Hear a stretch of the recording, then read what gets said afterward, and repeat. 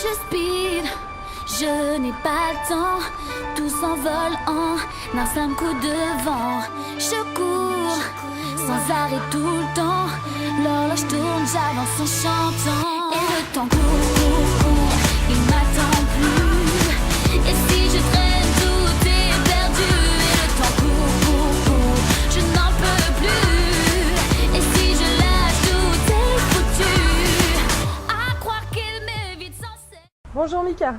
Après le record de la Cité des Sciences, tu passes au vélo. Pourquoi ce nouveau défi à l'Hôtel Concorde avec Philippe Dieumegarde? En fait, c'est un peu historique. Le vélo, j'ai recommencé le sport avec le vélo il y a de ça 21-22 ans. Et après une longue période de course à pied extrême, j'ai un objectif avec Philippe Dieumegarde, un objectif qui est la traversée des États-Unis en 2014.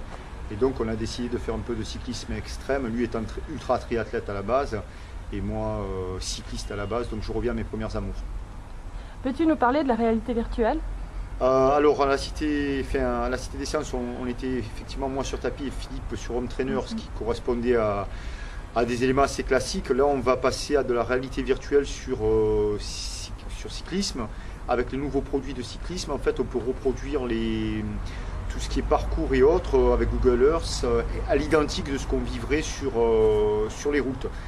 L'idée c'est de voir comment un petit peu au niveau de la cognition on va percevoir tout ça, comment on va s'adapter et de pouvoir, ce qu'on aime bien avec Philippe, c'est tout ce qui est faire du surplace entre guillemets et bouger dans le temps et pas dans l'espace, et donc on va s'entraîner comme ça, d'où ce défi de réalité virtuelle. C'est aussi un défi. Et quelle performance vises-tu pour ces défis? Alors, Philippe Dieumegarde va tenter de battre le record d'Eric Ivars, qui est de 1246 km, lui dans le cas d'un traîneur classique, mais avec de la diffusion virtuelle.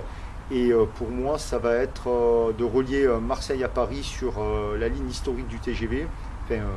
Voilà, c'est un peu le clin d'œil, et pour arriver à l'hôtel Concorde Lafayette au final. C'est pour moi, ma première venue à Paris, c'était ça il y a 20 ans. Peux-tu nous parler de l'équipe scientifique qui te suit?